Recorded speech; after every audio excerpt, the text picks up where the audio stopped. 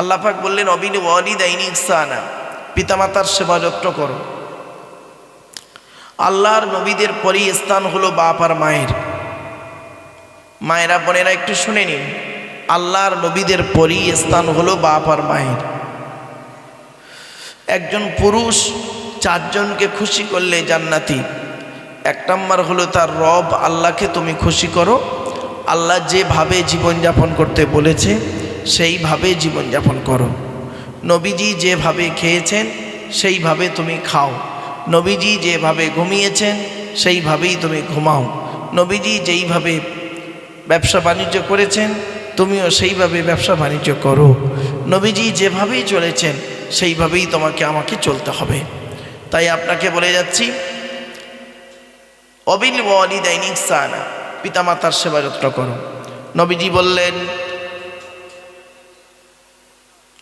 রাদিয়াল্লাহু ফি রাদিয়াল ওয়ালিদাইনি ওয়া সাকতুল্লাহি ফি সাকতিল ওয়ালিদাইন। ছেলে মেয়েরা হকের উপরে তোমাদের বাম্মা যদি তোমার উপরে নারাজ হয়ে যায়, আল্লাহ নারাজ হয়ে যাবে।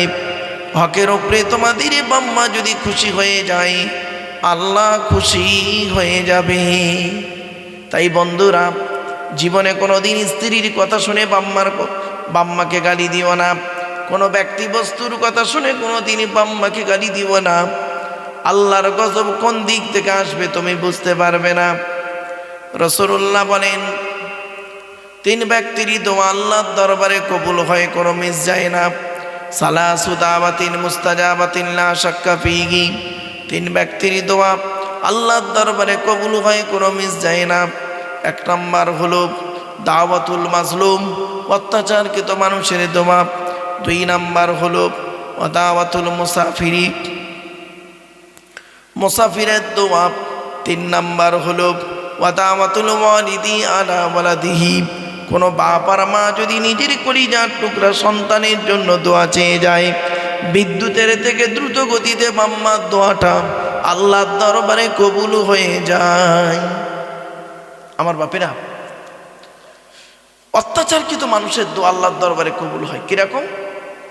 কোনো পুরুষ যদি কোনো নারীকে, কোনো স্বামী যদি তার স্ত্রীকে, কোনো স্ত্রী যদি তার স্বামীকে অন্যায়ভাবে অত্যাচার করে, আর ওই স্ত্রী যদি বলে খোদা গো আমি অন্যায় করিনি, আমার স্বামী আমার উপরে নির্মমভাবে অত্যাচার করছে। কোনো স্ত্রী যদি তার স্বামীকে অন্যায়ভাবে অত্যাচার করে, আর ওই স্বামী যদি বলে খোদা গো আমি অন্যায় করিনি, আমার স্বামী আমার উপরে নির্মমভাবে অত্যাচার করছে, আল্লাহর তরফ থেকে গজব পড়ে যাবে। অনেক ননদ আছে দেখবেন ভাইয়ের কানে কামড়াচ্ছে যাতে ভাই ভাবিকে মারে, এই ধান্দা করে। ও যুবতী বোনেরা শুনে নাও, ঘুঁটে পড়ে গোবর হাসে, ঘুঁটে বলে তোরও একদিন আছে। তুমি ভাবি পরের মেয়েকে যদি আপন করতে না পারো, তোমাকেও একদিন লোকের বাড়ি ভাবি হয়ে যেতে হবে। আল্লাহর তরফ থেকে গজব পড়বে বলতে আর হবে না। অনেক শাশুড়ি আছে দেখবেন নিজের মেয়েকে খাইয়ে নিয়ে ঘরের ভেতর ঢুকে পড়লো, বৌমা পরের মেয়ে খেয়েছে কি তা খবর নিল না। ও শাশুড়ি মায়েরা, আপনি বৌমা পরের মেয়েকে যদি আপন করতে না পারেন, আল্লাহ আপনারও মেয়ে দিয়েছে লোকের বাড়ি বৌমা হয়ে যাবে, আল্লাহর তরফ থেকে গজব পড়বে বলতে আর হবে না। সেজন্য আপনাদের বলি, অনেক বৌমা আছে দেখবেন শ্বশুর শাশুড়িকে দেখে না, খবরদার নয়। এই জন্য আপনাদেরকে আমি বলে যাচ্ছি, এক নম্বর দাওয়াতুল মাজলুম, অত্যাচারকৃত মানুষের দোয়া আল্লাহর দরবারে কবুল হয়ে যায়, কোনো মিস যায় না। দুই নম্বর হলো দাওয়াতুল মুসাফিরি, মুসাফিরের দোয়া আল্লাহর দরবারে কবুল হয়, কোনো মিস যায় না। তিন নম্বর হলো দাওয়াতুল ওয়ালিদি আলা ওয়ালাদিহি, কোনো বাপ আর মা যদি নিজের কলিজার টুকরা সন্তানের জন্য যদি দোয়া চেয়ে যায়, বিদ্যুতের থেকে দ্রুত গতিতে বাম্মার দোয়াটা আল্লাহর দরবারে কবুল হয়ে যায়। এজন্য আপনাদেরকে বলে যাচ্ছি, বাপ আর মায়ের প্রতি ভক্তি শ্রদ্ধা সম্মান বজায় রাখবেন। জীবনে কোনো দিন বাম্মাকে কাঁদাবেন না। বাম্মাকে অত্যাচার করা হলো হারাম, হারাম, হারাম। তো আল্লাহ পাক বললেন এক নম্বর হারামটা কি? আল্লাহর সঙ্গে শরীক করা হলো হারাম। মায়েরা বোনেরা একটু গুরুত্ব দিয়ে শুনুন। এক নম্বর শরীক হলো আল্লাহর সঙ্গে কাউকে শরীক করা হলো হারাম। আল্লাহর কবিরা গোনা, কঠিন গোনা, আল্লাহর সঙ্গে কাউকে শরীক করা। দুই নম্বর হলো পিতামাতার অবাধ্য হওয়া হলো কঠিন গোনা, কঠিন গোনা। পিতামাতার অবাধ্য হবেন না, পিতামাতাকে কষ্ট দেবেন না। 3 নাম্বার হলো লা তাকতুলু আওলাদাকুম মিন ইমলাক নাহনু নারযুকুকুম ওয়া ইয়্যাহুম। আল্লাহ পাক বলছেন, তোমরা তোমাদের সন্তানদেরকে খাওয়াবার ভয়ে হত্যা করো না। অনেক মানুষ আছে দেখবেন, অনেক মা বোন আছে দেখবেন, তারা করে কি, স্ত্রীর মানে পেটে বাচ্চা এসে গেছে, দুজনে মিলে যুক্তি করে ট্যাবলেটের মাধ্যমে, ইঞ্জেকশনের মাধ্যমে, ওয়াশের মাধ্যমে ডাক্তারের কথা শুনে বাচ্চা নষ্ট করে দিল। খবরদার বাচ্চা নষ্ট করবেন না মায়েরা বোনেরা। আল্লাহ পাক কোরআনের অন্য জায়গায় বলেছেন, লা তাকতুলু আওলাদাকুম মিন খাশিয়াতি ইমলাক, তোমরা তোমাদের সন্তানদেরকে খাওয়াবার ভয়ে হত্যা করো না। নাহনু নারযুকুকুম ওয়া ইয়্যাহুম, আমি আল্লাহ তোমাদের খাওয়াই তাদেরও খাওয়াই। ইন্না কতলাকুম কানা খিতআন কাবীরা, আর তাদের হত্যা করা হলো গোনায় কাবিরা, গোনায় কাবিরা তাদের হত্যা করা। তাই মা বোনদের আমি বারে বারে বলছি, মায়েরা বোনেরা, আপনারা কোনো দিনের জন্য সন্তান হত্যা করবেন না। যে সন্তান আল্লাহ আপনাকে দিয়েছে, সেই সন্তানকে নিয়ে আপনি লালন পালন করুন।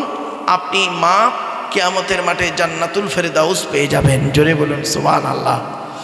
তো আমার বাপেরা, তো 1 নাম্বার হলো কি, আল্লাহর সঙ্গে কাউকে শরীক করা হারাম। 2 নাম্বার পিতামাতার অবাধ্য হওয়া হারাম। 3 নাম্বার হলো সন্তান হত্যা করা হারাম। এই 3 নাম্বারের ব্যাখ্যাটা একটু বলি। সন্তান হত্যা 2 রকমের হয়, একটা বিয়ের আগে সন্তান হত্যা, একটা বিয়ের পরে সন্তান হত্যা। বিয়ের আগে সন্তান হত্যাটা কীরকম, ছেলেরা মেয়েরা অবৈধ মেলামেশা করলো, জেনা করলো, একটা পাপ কাজ। তারপরে পেটে বাচ্চা এসে গেল, বাচ্চাটাকে মেরে দিল, এই 2টো পাপ কাজ। আর বিয়ের পরে সন্তান হত্যা হলো একটা পাপ কাজ, সন্তান হত্যার পাপ কাজ। তো এই জন্য আপনাদেরকে বলে যাচ্ছি, খবরদার সন্তানকে হত্যা করবেন না। আল্লাহ পাক যাকে পৃথিবীতে দিয়েছেন, কত মানুষ সন্তান পায় না, কত ছেলে মেয়ে পায় না। আল্লাহ পাক কোরআনে বলছেন, সন্তান যাকে তাকে ইচ্ছা খুশি আমি তাকে দিই।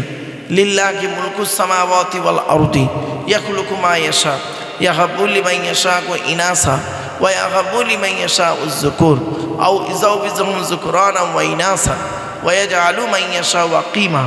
আল্লাহ পাক বলছেন, আসমান পৃথিবী জমিনের মালিক হলো আমি আল্লাহ, যা ইচ্ছা তাই সৃষ্টি করতে পারি। ইয়াহাবু লিমান ইয়াশাউ ইনাসা, আমি যাকে খুশি তাকে শুধু কন্যা দান করি। ওয়া ইয়াহাবু লিমান ইয়াশাউ যুকুর, যাকে খুশি তাকে পুত্র দান করি। আবার আল্লাহ বলছেন, আও ইযাউবিজুহুম যুকরানা ওয়া ইনাসা, যাকে খুশি তাকে পুত্র কন্যা উভয় দান করি।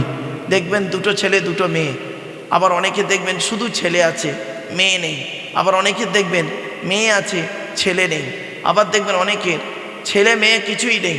ওয়াজআলু মান ইয়াশাউ আকিমা, আল্লাহ পাক বলছেন, আমি যাকে খুশি তাকে বাঁচা করে রাখি। তাহলে আপনি কেন সন্তান হত্যা করবেন? আল্লাহ পাক আরও বলছেন, ওয়াইজাল মাউউদাতু সুইলাত বিআইয়ি যামবিন কুতিলাত, ওই সমস্ত মৃত সন্তানদেরকে আমি কিয়ামতের মাঠে জীবিত করব। বিআইয়ি যামবিন কুতিলাত, যে কোন অন্যায়ের কারণে তোমাদেরকে তোমাদের পিতামাতা হত্যা করেছিল, ওই মাসুম মাসুম বাচ্চারা বলবে, আল্লাহ আমরা হত্যা হতে চাইনি, আমাদের বাপ আর মা আনন্দ ফুর্তি করলো, বাপের পৃষ্ঠ হতে মায়ের পেটে থেকে আল্লাহ যখন আমাদেরকে আনলো, তখন আমার বাপ মা দুজনে মিলে যুক্তি করে ডাক্তারের পরামর্শ নিয়ে আমাদেরকে মেরে দিল। আজকের দিনে যদি জাহান্নামায় দিতে হয়, ওই বাপ আর মাকে আগে জাহান্নামায় ঢোকাও, তারপর তোমার বিচার যা হয় করিও। তাই আমার বাপেরা, সন্তান হত্যা করবেন না কোনো দিন। এটা হলো মহামারী পাপ কাজ, মহাপাপ কাজ। মা বোনেদের বলে যাচ্ছি, মায়েরা বোনেরা খবরদার এটা মাথায় রাখবেন। 4 নাম্বার হলো লা তাকরাবুল ফাওয়াহিশা মা যাহারা মিনহা ওয়া মা বাতান। আল্লাহ পাক বলছেন যে আমি আল্লাহ তোমাদেরকে জানিয়ে দিচ্ছি, তোমরা কোনো দিন প্রকাশ্য অপ্রকাশ্য পাপ কাজের ধারে বাড়ে যাবে না। আচ্ছা, প্রকাশ্য পাপ কাজটা কি? প্রকাশ্য পাপ কাজ আপনারা দেখেছেন, জেনা করা, সুদ খাওয়া, ঘুষ খাওয়া, মদ খাওয়া, জমির আলচুরি করা, হুক মেরে কারেন্ট নেওয়া, অন্যায় অত্যাচার করা, হুমকি দেওয়া, ধমকি দেওয়া, গালিগালাজ করা, ইত্যাদি ইত্যাদি প্রকাশ্য পাপ কাজ। আর গোপনে পাপ কাজ কি? যে পাপ কাজটা কেউ দেখতে পায় না, আল্লাহই দেখতে পায়।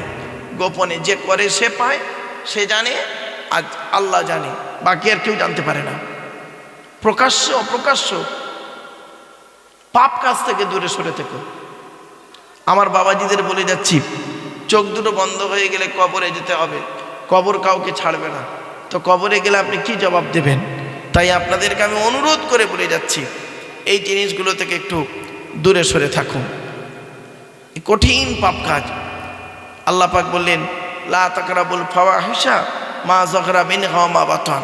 অনেক ছেলে এখানে বসে আছে, দাঁড়িয়ে আছে, যারা ব্যভিচারে লিপ্ত আছে, যারা পাপ কাজে লিপ্ত আছে, এলাকার যত মহিলাদের সঙ্গে অবৈধ সম্পর্ক করে আছে, অনেক মেয়ে ছেলে আছে স্বামী থাকা সত্ত্বেও অন্য লোকের পরপুরুষের সঙ্গে পরকীয়ায় লিপ্ত আছে, কেউ জানে না, তারা দুজনে জানে, আল্লাহ জানে।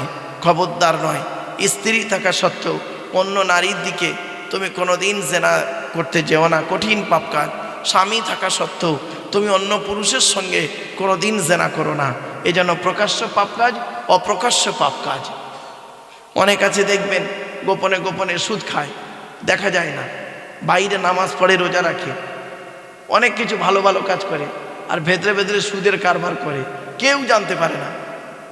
যার কাছ থেকে নেয় সে জানে, আর ও জানে, আর আল্লাহ জানে।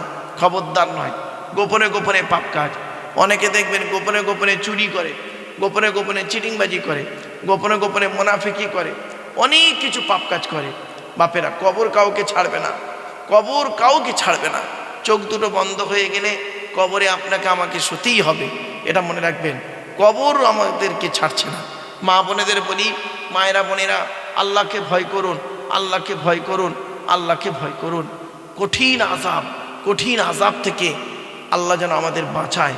তাই আল্লাহ পাক বললেন, লা তাকরাবুল ফাওয়াহিশা মা যাহরা মিনহা ওয়া মা বাতান। তোমরা প্রকাশ্য অপ্রকাশ্য পাপ কাজের ধারে বাড়ে যেও না।